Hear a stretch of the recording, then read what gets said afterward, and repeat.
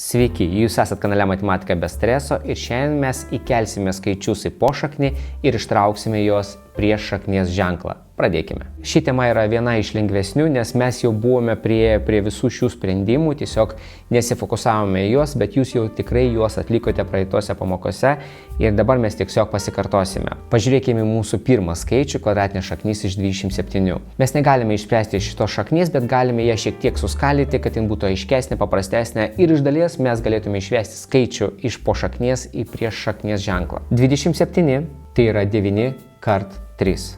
Jeigu mes padarytume tai detaliau, kaip matote, kad kvadratinė šaknis iš 9 yra 3, tai galime ją ir išspręsti. Na ir lieka kvadratinė šaknis iš 3. Ką tik padarėme nedidelę manipulaciją, kurios metu išvedėme skaičių prieš šaknies ženklą. Pabandykime padaryti dabar atvirkščiai. Paimkime skaičių prieš šaknies ženklą ir veskime jį į pošaknį. 3, jau aš rašysiu kur nors atokiau, tai tas pats, kas 3 kvadrate ir kvadratinė šaknyje. Ir tai mes jau sprendėme kvadratinės šaknies pamokoje, todėl čia nieko naujo.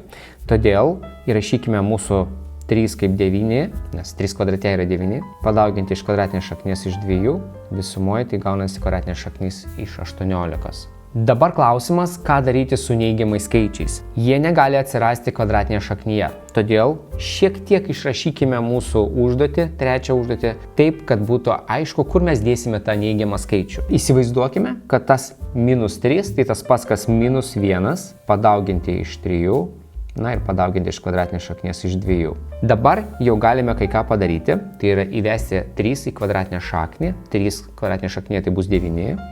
Reiškia -1 padauginti iš 9, nes kvadratinė šaknis iš 9 lygu 3, ir padauginti iš kvadratinės šaknies iš 2. Dabar jau šiek tiek aiškiau, kad -1 ir čia 18. Ta -1 galima ir nerašyti, galima tiesiog rašyti minus kvadratinės šaknies iš 18. Padarykime tą patį kubinėje šaknyje. Jeigu vėl išrašytume -1 kart 3 kart kubinė šaknis iš 2 padalinta iš 3 ir įveskime 3 į kubinę šaknį, tai 3 kart 3 kart 3 yra 27, tai -1 padauginti iš 27, padauginti, čia kubinė šaknis ir čia kubinė šaknis, 2 padalinta iš 3, tai minus, aš jau -1 nerašysiu, palieku minusą, tak įkeliu čia, 27 padauginti iš 2 ir padalinti iš 3.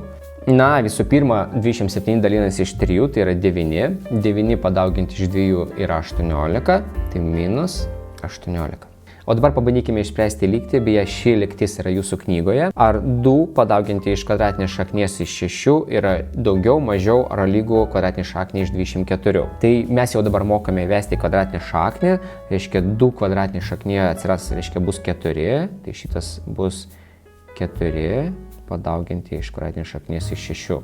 Na ir aišku, kad galime tai padaryti taip. Ir aišku, kad mūsų atsakymas yra 24. Todėl ši lygtis yra lygu.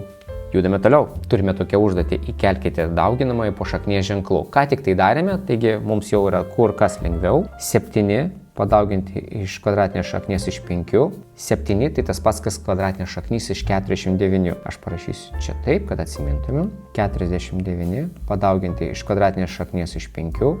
Na ir čia galime skaičiuoti. Viskas labai paprasta. Dabar padarykime tą patį su trupmena antroji daly.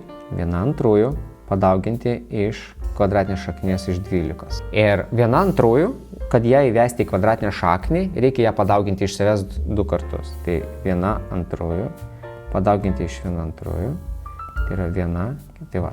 Tai reiškia, įrašome čia kvadratinė šaknis 1/4, padauginti iš kvadratinės šaknies 12 lygu 12 padalinti iš 4. 12 padalinti iš 4 yra 3. Kaip matote, vėlgi labai gražus ir paprastas atsakymas, nuostabu žiūrėti. Na ir padarykime dabar su neigiamu skaičiu, -3 kubinį šaknyje padauginti iš 4. Kaip jau minėjau, -1 paliekame. 3 kubinį šaknyje 3 kart 3 kart 3 yra 27 padauginti iš kubinės šaknies iš 4. Mūsų atsakymas minusas, aš jau 1 neberašysiu, minus, Tai yra 27 padauginti iš 4. Na ir ten jau patys apskaičiuosite. Pažiūrėkime dar vieną užduotį. Įkelkite dauginamąją po šaknies ženklų. Ta mes jau kaip ir padarėme, jūs jau supratote, kaip tai daryti, bet padarykime dar keletą pratimėlių. -3, tai tas pats, kas minus.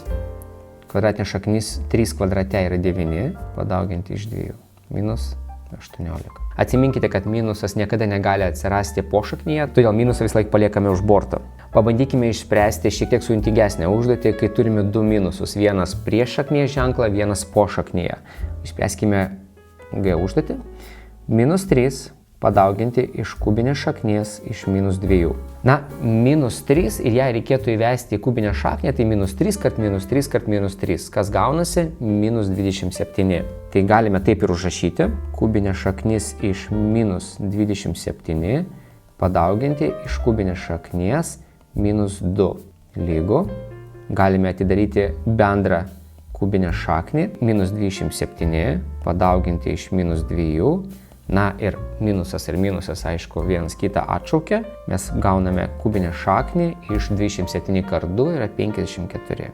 Puikus atsakymas, kaip matote, atrodė, kad atsakymas yra neigiamas, iš tikrųjų jis gavosi teigiamas.